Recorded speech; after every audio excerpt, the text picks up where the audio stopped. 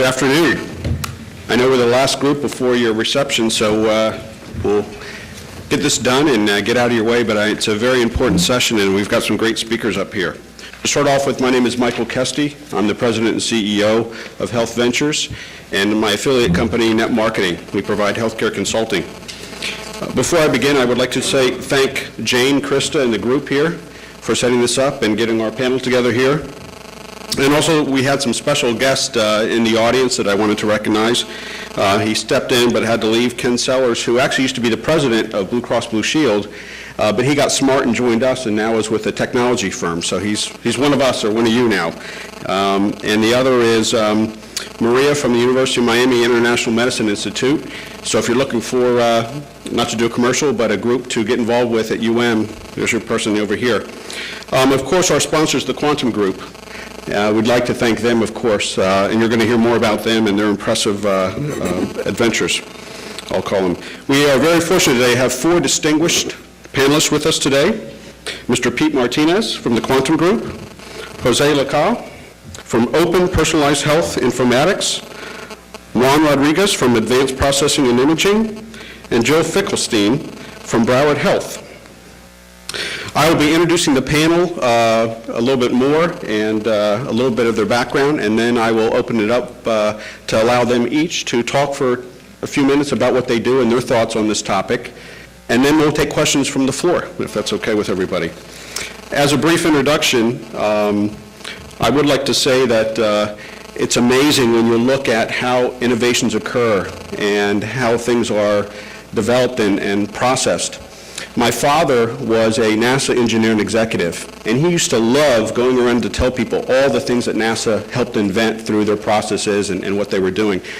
And he used to always stop and talk to people. He'd see them using, and this is, of course, early on, a cell phone, and he'd say, hey, do you know how that got started? And he'd tell the whole story about how that got started. Nowadays, if any of you here have a cell phone, a GPS, a computer, all of us, I think, have that. That's a byproduct of things that came out of NASA and all that innovation and all those juices that were flowing, which are now, I think, captured here. One of his friends, a good friend of his, Colonel Jim Irwin, said to him, or actually was posed a question, I'm going to read this to you once. Jim Irwin, if you don't know, if you remember, he was the gentleman that rode the lunar lander, or the lunar rover on the moon. So he's the first guy to ever drive a car, I guess we'll call it that, on the moon. And he was asked once by a fourth grader, which was interesting, what if you got a flat while you're driving the car? What if you got a flat? And he said, I quote, I simply would have called Mission Control to tell me how to fix it. And this fourth grader said, you call someone to fix it? He goes, yes, because they're the smart guys. I'm just implementing this thing. And that was his point to this fourth grader. And actually, back then in 1971, it got on the news and all this comment. I thought it was interesting. I mention this because those of you here today are those innovators. You're those creative people that NASA used to have and still has, but you're the ones that are out there in the forefront, and I applaud you for your efforts. Warren Buffett was recently asked, actually just the other day, about the current economy and all the woes that some of the companies and some individuals are going through. And he was asked for his advice. What's going on and what do you think? He stated, work smart, be open, and be flexible to ideas and be innovative. So again, work smart, be open, flexible to ideas, and be innovative. When that reporter, I believe it was a gentleman from CNN, asked him to enhance upon that, he said, hey, it's simple. Look for problems, find solutions, and you'll make it big. Very simple.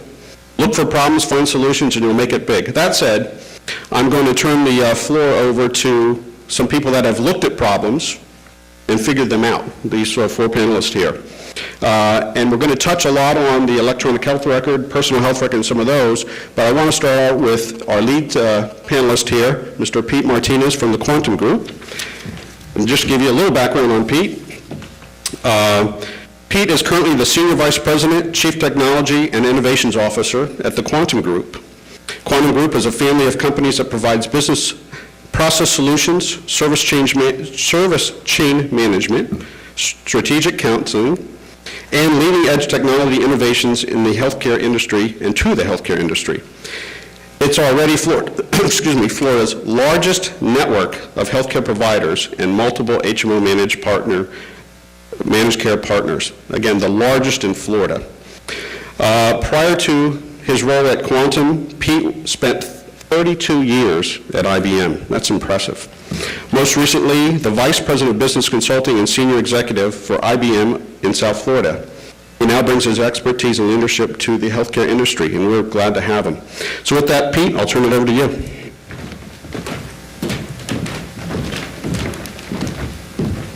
Over the last 8 hours, we've been challenged as an industry to transform, to actually change the quality, to change the behaviors, to change to a greater level of cost reduction and sensitivities, and bring new efficiencies to an industry. However, we are part of the problem. We are actually fragmenting this industry in ways that we don't recognize. Each one of us individually brings a small portion of what's required in this industry, a small portion of the innovation, but yet we have lacked the discipline to integrate and to transform this industry as others have. Having worked in about 15 different industries before, I found it incredibly frustrating that healthcare and education, the two most important industries in this country, have still yet to go through the transformation.